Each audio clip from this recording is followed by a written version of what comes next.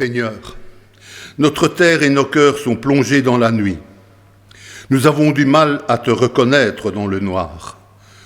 Cette première bougie que nous venons d'allumer va nous aider à rester éveillés pour attendre ton retour. Que notre sourire soit aussi la lumière qui illumine et la flamme qui réchauffe le cœur de tous ceux que nous rencontrerons cette semaine, malgré le fait que la plupart sont chez eux, retenus par cette saleté de maladie. En ce monde assoupi dans l'injustice, Seigneur notre Dieu, ne laisse pas le sommeil nous gagner. Dirige nos regards vers celui qui vient faire fleurir la paix. Ainsi, nous veillerons dans la fidélité et nous préparerons les chemins du royaume. Monde nouveau pour les siècles des siècles. Amen.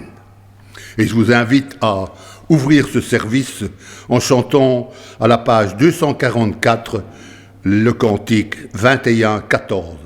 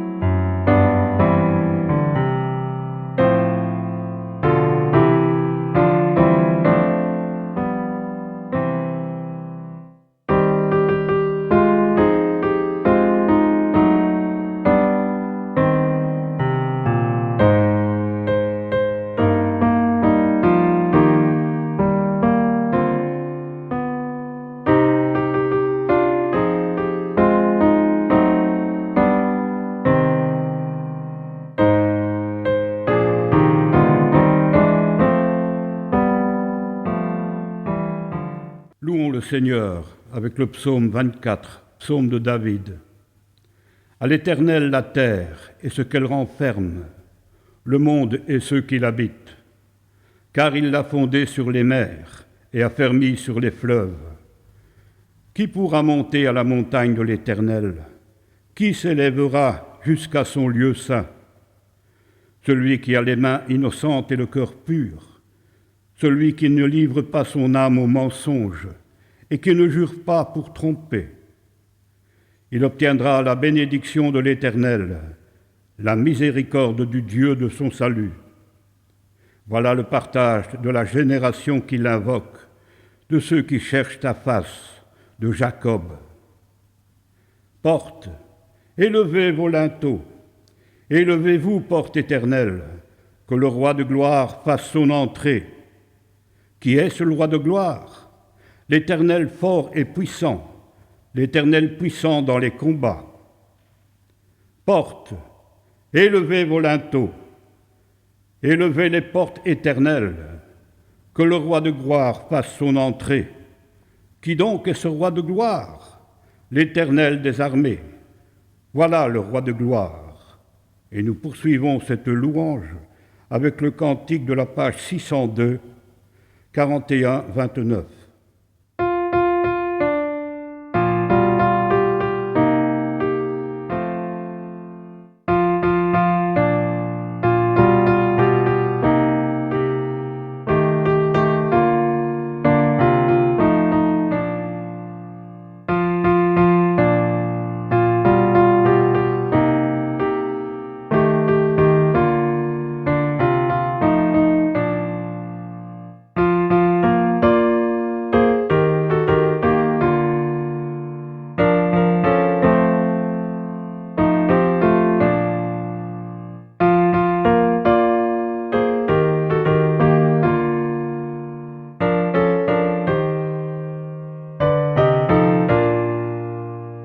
Écoutons ce que Dieu nous donne la force de faire. Écoutons la loi que Dieu nous donne. Vivez en paix entre vous. Nous vous exhortons, frères et sœurs, donnez du courage à ceux qui en ont peu. Soutenez les faibles. Soyez patients envers tous. Prenez garde que personne ne rende le mal pour le mal, mais cherchez en tout temps à pratiquer le bien entre vous et envers tous les hommes. Soyez toujours joyeux, priez sans cesse, remerciez Dieu en toutes circonstances. Voilà ce que Dieu demande de vous dans votre vie avec Jésus-Christ. Ne faites pas obstacle à l'action du Saint-Esprit. Ne méprisez pas les images et les messages inspirés, mais examinez toutes choses, retenez ce qui est bon et gardez-vous de toute force de mal. Après avoir entendu ces judicieux conseils que Dieu nous donne pour vivre heureux sur cette terre, reconnaissons humblement notre péché. Ô Seigneur, Dieu saint et juste, nous reconnaissons devant toi que nous ne te craignons pas et ne t'aimons pas par-dessus toute chose. Nous ne parvenons pas à trouver notre plaisir dans la prière et nous nous dérobons à ta parole. Nous manquons de joie dans ton service. Nous n'avons pas la liberté de tes enfants. Nous gaspillons par notre distraction le temps que tu nous donnes. Nous n'aimons pas vraiment notre prochain. Nous nous intéressons trop à nous-mêmes. Nous ne sommes pas toujours de bonne humeur. Nous sommes vaniteux et susceptibles. Nous manquons de conscience professionnelle et d'esprit de solidarité. Nous abusons de la peine des autres. Nous ne sommes pas libres à l'égard de l'argent. Nos cœurs sont partagés, traversés de doutes et de désirs coupables. Nous nous accusons devant toi, ô notre Dieu, de cette médiocrité. Viens à notre aide, nous t'en supplions. Remplis-nous de l'amour de Jésus pour que nous nous oubliions nous-mêmes et que nous pensions vraiment et premièrement à t'aimer et à te servir. Amen. Et nous poursuivons notre humiliation par le chant du cantique de la page 648, le cantique 43-10.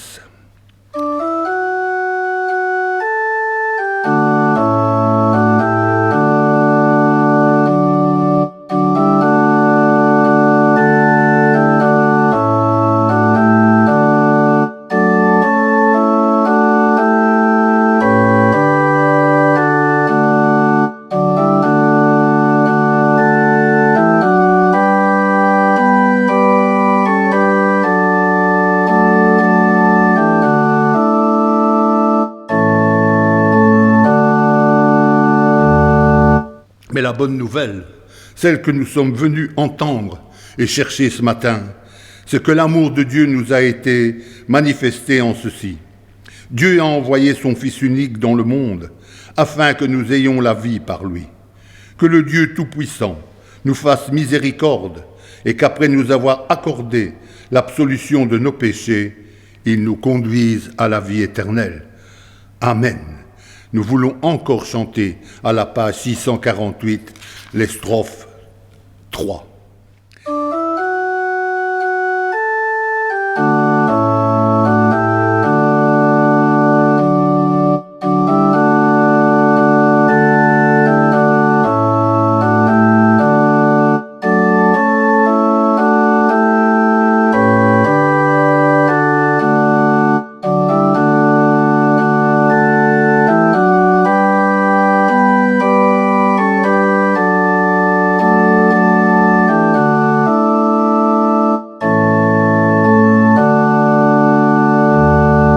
Éclairés et rassemblés par la parole de Dieu, nous voulons affirmer notre foi. Nous croyons en Dieu. Malgré son silence et son secret, nous croyons qu'il est vivant. Malgré le mal et la souffrance, nous croyons qu'il a fait le monde pour le bonheur de la vie. Malgré les limites de notre raison et les révoltes de notre cœur, nous croyons en Dieu. Nous croyons en Jésus-Christ. Malgré les siècles qui nous séparent du temps où il est venu, nous croyons en sa parole. Malgré nos incompréhensions et nos refus, nous croyons en sa résurrection. Malgré sa faiblesse et sa pauvreté, nous croyons en son règne. Nous croyons en l'Esprit Saint. Malgré les apparences, nous croyons qu'il conduit l'Église. Malgré la mort, nous croyons à la vie éternelle. Malgré l'ignorance et l'incrédulité, nous croyons que le royaume de Dieu est promis à tous. Amen. Et nous voulons poursuivre notre confession de foi à la page 914, le cantique 56-06.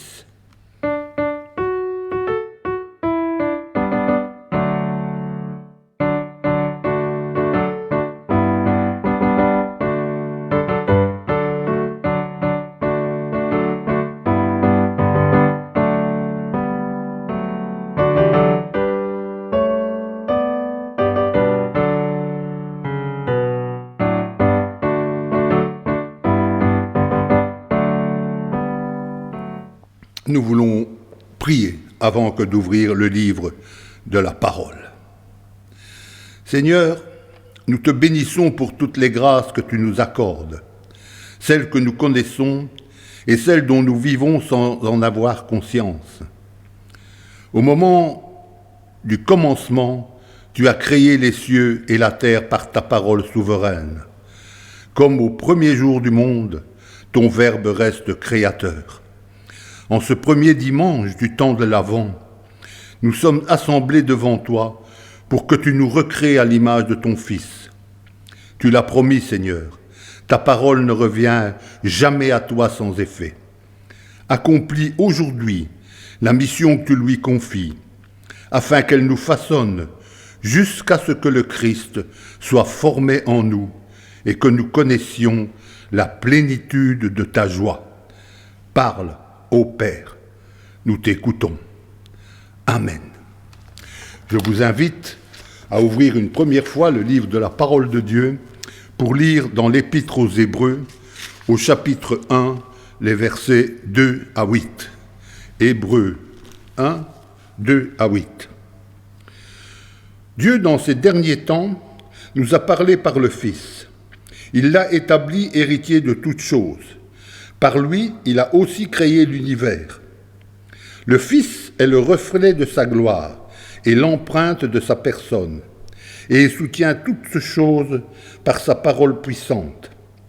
Il a fait la purification des péchés et s'est assis à la droite de la majesté divine dans les lieux très saints. Il est devenu d'autant supérieur aux anges qu'il a hérité un nom plus excellent que le leur. Car auquel des anges Dieu a-t-il dit « Tu es mon fils, je t'ai engendré aujourd'hui, et encore je serai pour lui un père, et il sera pour moi un fils. » Et de nouveau, lorsqu'il introduit dans le monde le premier-né, il dit que tous les anges de Dieu l'adorent. Et puis il dit des anges, il fait de ces anges des esprits et des serviteurs une flamme de feu. Mais il a dit au Fils, ton trône, ô Dieu, est éternel. Le sceptre de ton règne est un sceptre d'équité.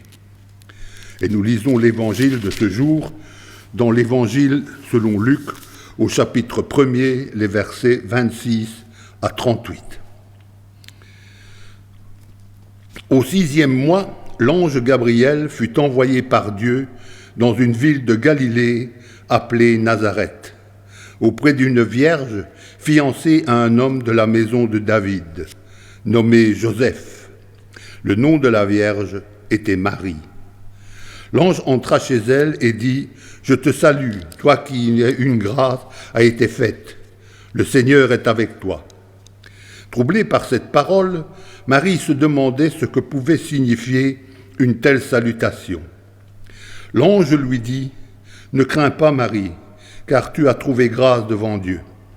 Et voici, tu deviendras enceinte, et tu enfanteras un fils, et tu lui donneras le nom de Jésus. Il sera grand et appelé Fils du Très-Haut, et le Seigneur Dieu lui donnera le trône de David son père.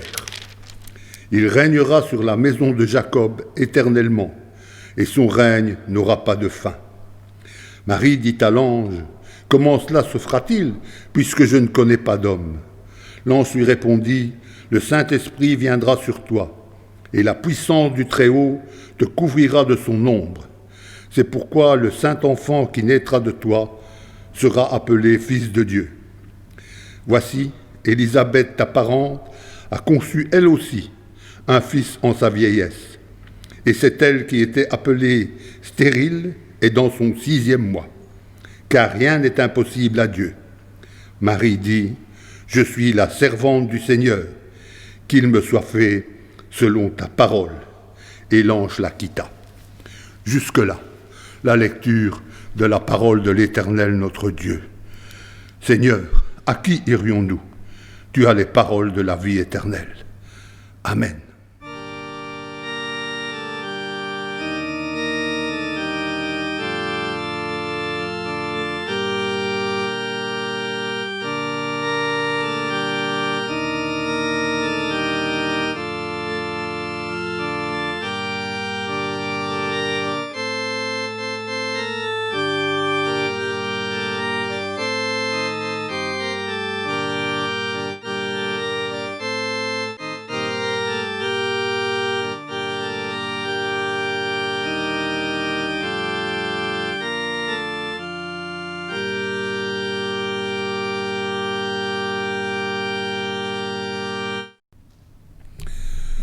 Bien-aimés du Seigneur, sœurs et frères, nous sommes aujourd'hui le premier dimanche de l'Avent.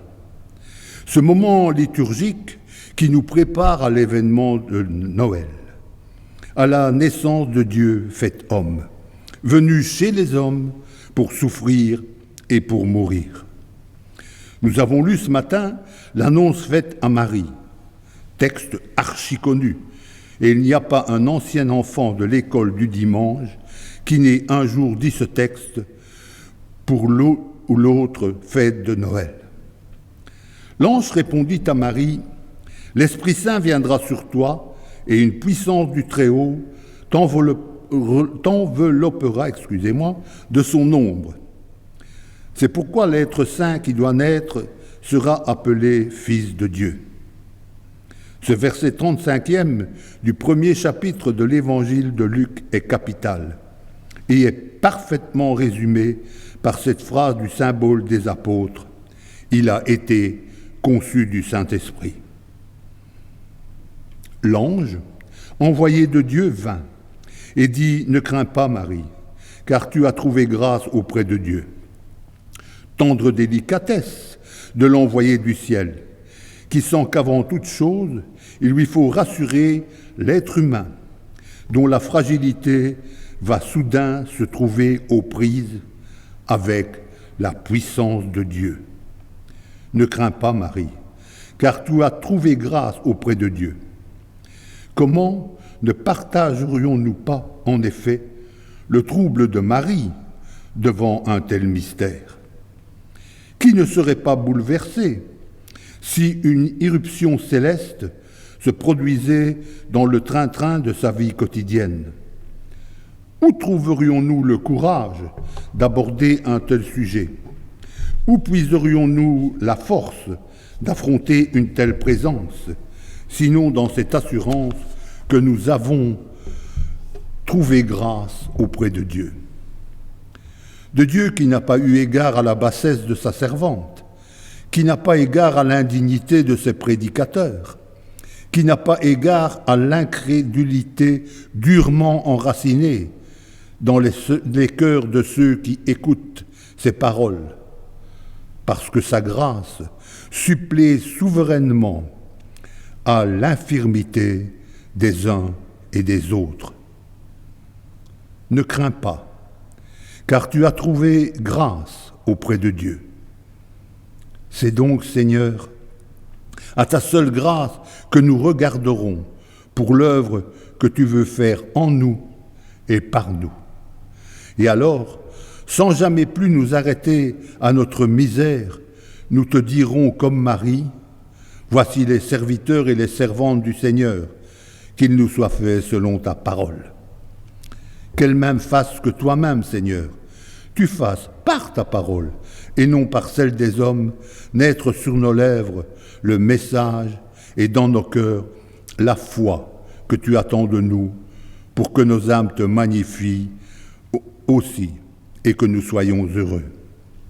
Heureux d'avoir l'accomplissement de ce qui nous a été dit de la part du Seigneur. Après avoir dissipé le trouble de Marie, l'ange dit « L'Esprit Saint viendra sur toi ». D'après ce que nous savons du Père, du Fils et du Saint-Esprit, nous savons tous très bien que le Saint-Esprit n'est pas une qualité particulière de l'esprit humain. Ce n'est pas l'esprit humain à sa plus haute puissance, mais bien Dieu lui-même, par sa parole, par sa pensée ou encore par sa sagesse, comme l'appelle le livre des Proverbes.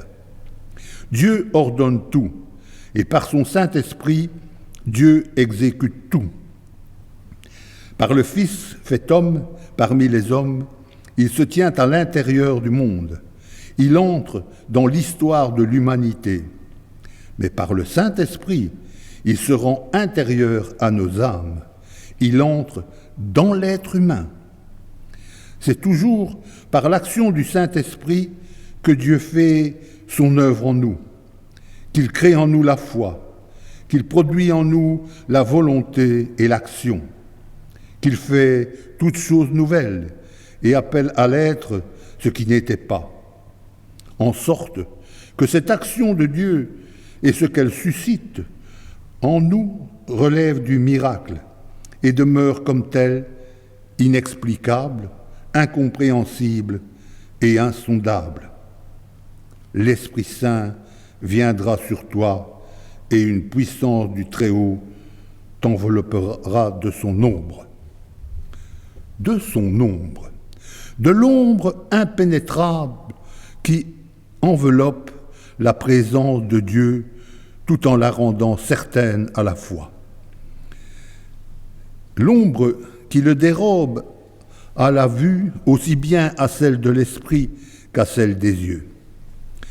Lorsque Dieu trace la route à son peuple à travers le désert, ou qu'il dicte sa loi à Moïse sur le Sinaï, lorsqu'il consacre le temple de Salomon, ou lorsqu'il confirme la mission de son Fils Jésus-Christ sur la montagne de la Transfiguration, c'est toujours du sein d'une nuée, insondable d'obscurité ou aveuglante de lumière. C'est toujours dans une enveloppe de mystère, protecteur de sa sainteté, que Dieu parle en œuvre, afin que ces révélations, indispensables à notre salut, ne livrent cependant jamais sa majesté sacrée aux profanations de notre curiosité. Respectons donc la sobriété dont l'ange nous donne l'admirable exemple, lorsqu'il dit à la Vierge ce qu'il faut savoir des desseins de Dieu pour les reconnaître et y trouver son salut. Dieu m'a dit tout ce qu'il a jugé nécessaire à mon salut, tout ce qu'il a pris la peine de me révéler. Je le crois, suivant sa parole, et ce qu'il a trouvé bon de se réserver en secret, je consens humblement à l'ignorer. Si telle est notre attitude devant les mystères de notre chute, de la naissance de notre foi, de notre élection par l'Éternel, de notre nouvelle vie, cachée avec Christ en Dieu, ici aussi, nous ne pourrons qu'admirer l'exquise discrétion de l'ange dans toutes ses paroles. Mais suivant la parole de l'ange Gabriel, dans tout ce qu'il a plu à Dieu de nous révéler par elle, nous saurons l'importance que c'est parce qu'il aura été conçu du Saint-Esprit que l'être saint qui doit naître sera appelé Fils de Dieu. Aucun être issu d'une humanité possédée tout entière par le péché ne peut devenir saint. Le seul être saint, le seul qui puisse l'être, c'est celui qui est issu du Saint-Esprit, celui qui vient d'en haut et non pas d'ici-bas, comme nous tous. Le seul juste, c'est Jésus-Christ, parce qu'il est né de Dieu. Il n'y a pas et ne peut pas y avoir de saint en dehors de Jésus-Christ. Hors de moi, vous ne pouvez rien faire, nous dit l'évangile de Jean au chapitre 15e, le verset 5. Sa sainteté, le chrétien ne l'attire que de sa participation à Jésus-Christ, par le moyen de la foi qui l'unit à son Sauveur et le constitue membre de son cœur, de son corps. Le même verset de l'évangile de Jean nous dit aussi « Je suis le cep et vous êtes les sarments ». Sa justice, le chrétien ne la possède qu'en Jésus-Christ, et en soi-même il n'est, et ne restera jusqu'à la mort qu'un pécheur qui ne peut devenir saint, qui ne peut acquérir la sainteté peu à peu, mais qui la reçoit de Christ, pleine et entière, dès le début, comme l'humanité de Jésus la reçoit de sa divinité. Que je sois en eux, comme toi, Père, tu es en moi.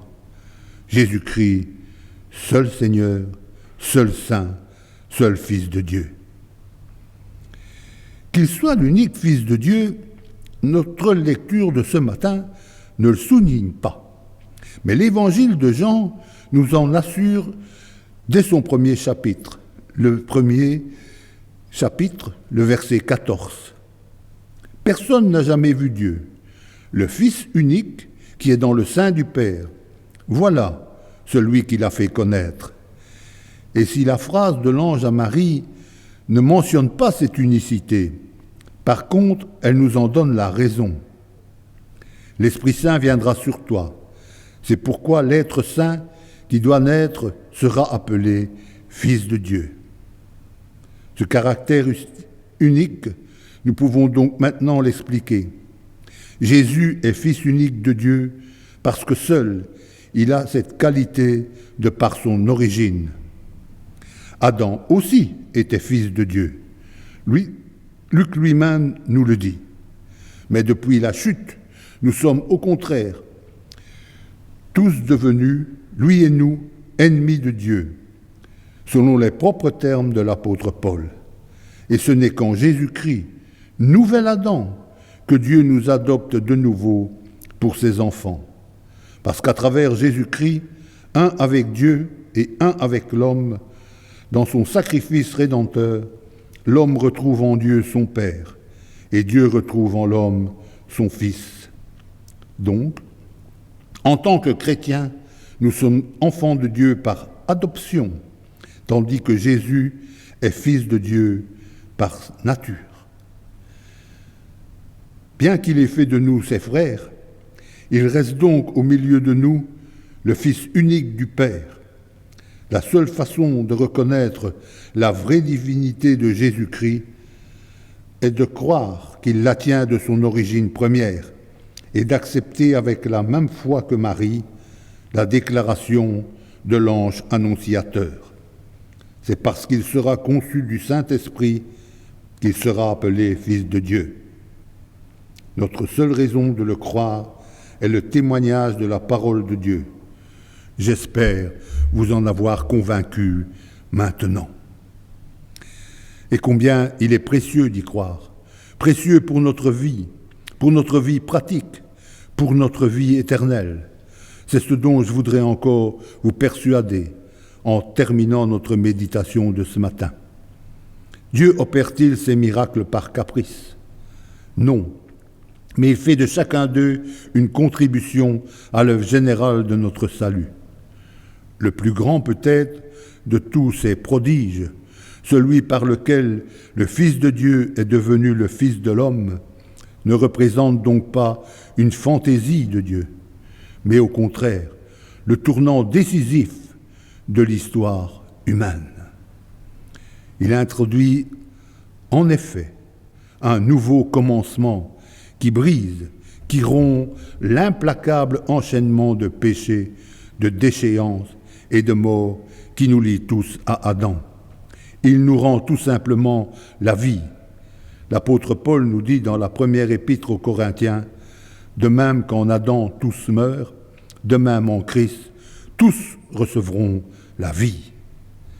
Par cela même que nous sommes pécheurs par nature, unis en cela à l'humanité tout entière, fille d'Adam, nous tue. De même, notre foi, nous unit à Jésus-Christ, nous sauve et nous fait vivre de jour en jour et pour l'éternité. Mais cette vie, seul l'être saint, au sens absolu du terme, l'être saint dès son origine, l'être saint dès avant avoir pris le corps humain afin de sanctifier tout son être, sitôt se formera-t-il. Cette vie, donc, seul, l'être issu du Saint-Esprit, pouvait nous la rendre. L'origine divine de Jésus-Christ change donc la face de notre vie. Notre vie nouvelle est en Christ, car elle réside tout entière dans la foi qui nous unit en lui. Oui, en vérité, notre foi en la naissance surnaturelle de Jésus-Christ change du tout au tout notre vie. Car, comme le dit l'évangile de Jean, qui est-ce qui triomphe du monde, sinon celui qui croit que Jésus est le Fils de Dieu? Or, voilà que la lecture de ce matin nous disait que c'est parce qu'il a été conçu du Saint-Esprit que Jésus-Christ est appelé Fils de Dieu. Souvenons-nous que la Noël qui approche n'est pas seulement la naissance du petit Jésus, comme les festivités païennes tentent de plus en plus à nous le faire croire, mais la naissance de Jésus-Christ, Fils de Dieu, conçu du Saint-Esprit, Sauveur et Rédempteur de l'humanité tout entière. Amen.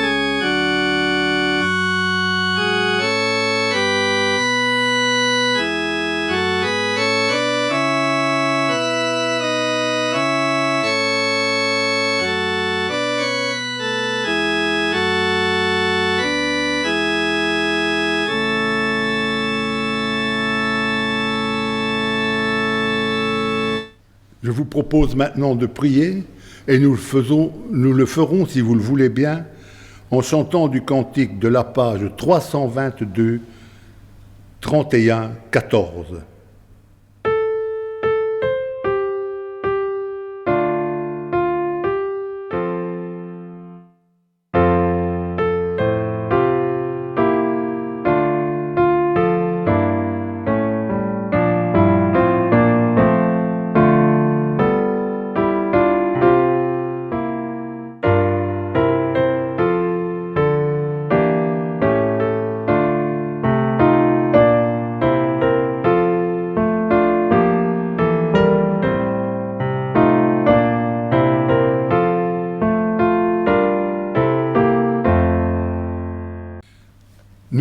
Nous voulons maintenant nous unir dans la prière d'intercession. Pour que l'Église tout entière manifeste la vérité du Christ dans la communion à ses souffrances et à sa résurrection, nous te prions, Seigneur. Pour ceux et celles qui sont usés par le travail et la fatigue, pour ceux que blessent les contraintes et les duretés de la vie, afin qu'ils rencontrent des sœurs et des frères capables de les aider. Pour ceux et celles qui doivent affronter la vieillesse ou la maladie, pour ceux qui connaissent l'affliction ou le désespoir, nous te prions, Seigneur. Pour celles et ceux qui portent de grandes responsabilités, afin qu'ils ne cherchent pas à dominer, mais à servir. Pour notre terre, qui est ta création, afin que tous ceux et celles qui l'habitent cessent de la meurtrir et de la défigurer. pour ceux qui consacrent leur force à restaurer la paix et à construire la justice, nous te prions, Seigneur. Pour que notre communauté soit un lieu fraternel où soit vécu le service et le pardon. Que pour que toutes les générations y aient leur place et s'engagent au service du Christ, prions le Seigneur.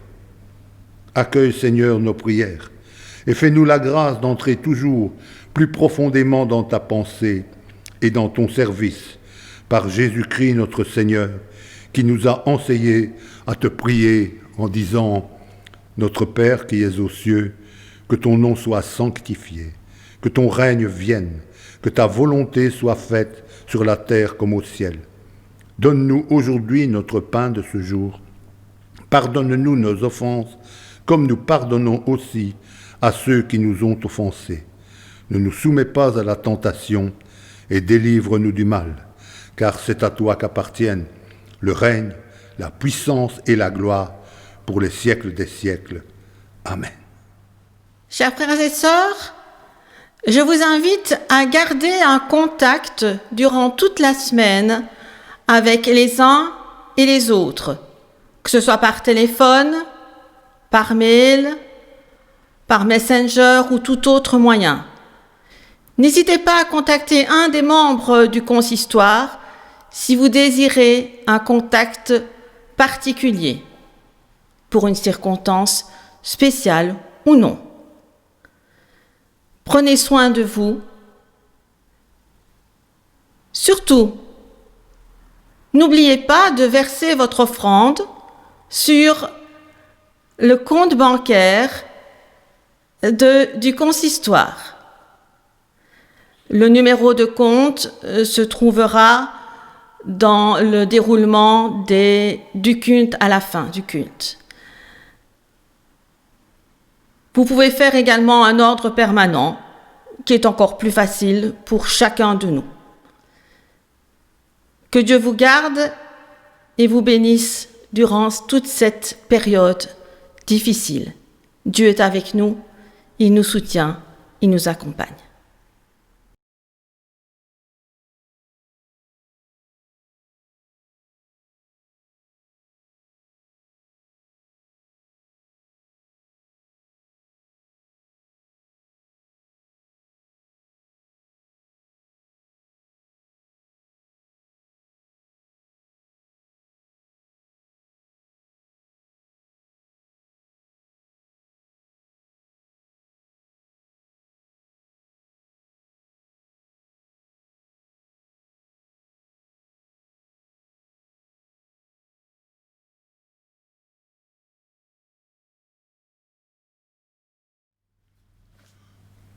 Béni soit Dieu.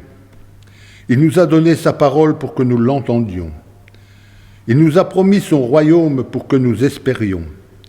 Allons avec lui sur nos chemins, avec nos sœurs et avec nos frères, avec toute la création, dans l'audace du service et de l'adoration.